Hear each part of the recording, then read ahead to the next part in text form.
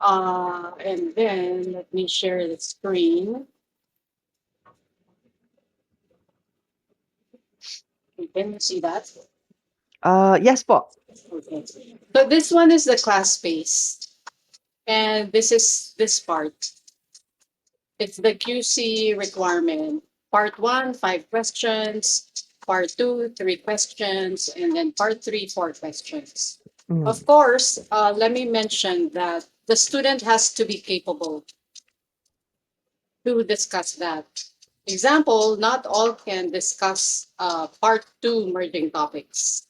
Merging Mhm. meaning that's two topics or two Mhm. sets of questions in part two.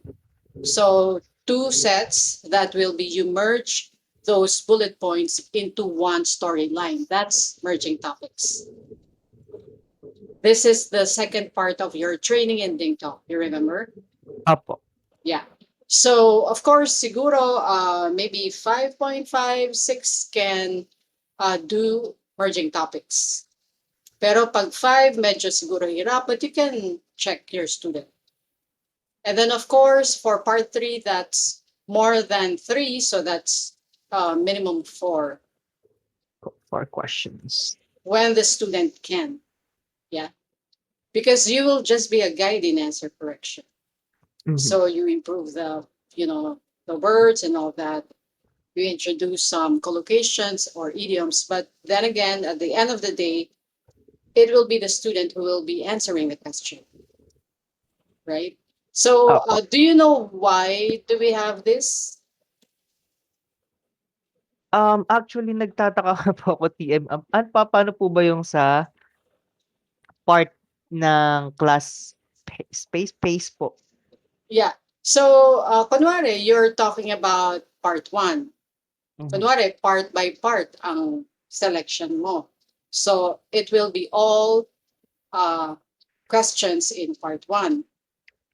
So, what Mhm. happened here was in the tracker, it was part one. So there were several links here, right? Several links. Opo. And then these are the class information. So one, two, three, 4 classes. These are the links. And then you discussed part one.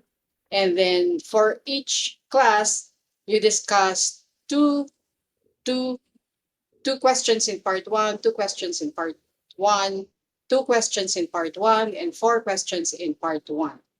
Ah, Number of finished questions. Yeah. okey po TM, okey po. Mhm. So required number of questions. Uh, well, malito. Wait, let me see. Actually, it's the one that it's here in the orientation Mhm, for part opo. one. Yep. So Opo, naalala ko na example, po this TM. one, yung kay teacher Eloisa, class pace tracker. So, dinetail niya yung reason. So, nag-struggle si student, ganyan. So, let's say it's the first class. So, nag-ET class sa'yo, and then this is your first NO lesson. Then, Mhm. probably student forgot the methodology. So, you had to reintroduce the methodology to remind. So maybe on the first question, nag-PREC ka ulit. You presented PREC. But on the second, third, fourth, also in part one, medyo bumilis na siya. Mhm. So it really depends on what happened in class. But you mentioned the reason, and then the solution plan would be, let's say, moving forward, if it's our second or third class, then I will train the student to answer more efficiently, knowing already the methodology. Or I will also be keen on the answers of the students. If they're already good, then no need to upgrade, right? Maybe Mhm. just minimal correction. You check the grammar, you check the sentence construction, then if it's good, move to the next question right away. So Oh, you know the reason why we are having those requirements. yes po. What's the reason? Um, Reason po is for the students to know, like for example po sa time management and such po, then capable po sila makapag-answer ng 5 questions sa may part 1. Yeah. Primarily, yeah, it's for them to be more efficient. But example, if you are the student and you know that that you were able to discuss with your teacher maybe 2 Mm. questions in part 1 for a 50-minute class, and Mm. then part 1 is just a 30-second question to answer, which requires 2 to 3 sentences. So Mhm. we discussed 2 questions in part 1, and that's the end of our class. You get it? Okay po, gets ko na po, TM. So it means, teacher, dalawa lang yung na-discuss natin. Is it worth my money? Mhm. 'Di ba? Kaya Mhm. meron tayong ganyan.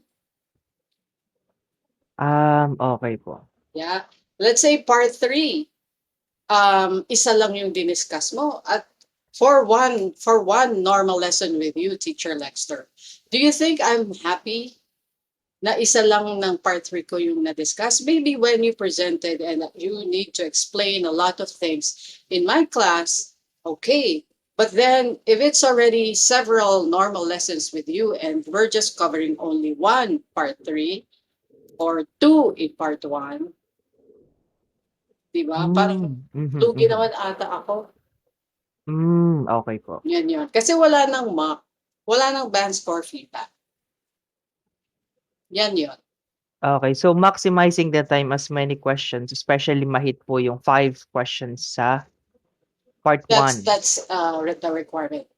Okay po. As long as the student can answer it properly with your Mhm. guidance. Okay po.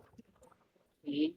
So ngayon, check the class details here, and then let me know what will be your findings, your investigation. Okay po, TM. Okay? So usually if you're here, we should finish this before the end of the week, like Friday or Saturday. So if you can give it to me later, it'll be better. So it's all here. Every Monday will be a report for all teachers who, Mhm. who are here, who will be in the buying rate, who will be in class notes. Ito yung 15 words. Ito siya, class notes, IELTS. That will be the 15 words. Kunwari, nag-improve ka. Tapos, ang tinype mo lang is maybe highlights lang, yung correction lang. No. Mhm. You need to type the whole thing if you can. Mhm. Mhm. Especially if it's not an advanced student. Kasi pag advanced student, maybe it'll be a little difficult, so you can just highlight on, the corrections. But there will be a lot of coverage pag advanced. Opo. So anyway, nag-class ka na with Kisha, right? Kisha is an advanced learner. So, but Yes po. did you type everything? Actually correction na lang po siya, TM, like for example, like connectors, advanced words na pwede pong Ganon. i-add or something. Yes. So highlight na lang Mhm. on the feedback. Do you have that recording? That class Yes with po, TM. Kisha? Can you Ay, send? kay Ma'am Kisha po? Di ba I sent the copy because you Um, passed your second demo with Kisha. Opo. Try Maybe. ko po siyang hanapin dito, TM, kasi naglilipat po ako ng mga files minsan para natatakot po ako baka baka ma-hack yung device. Oh, yeah. Hanapin ko po siya, TM. Sige, sige.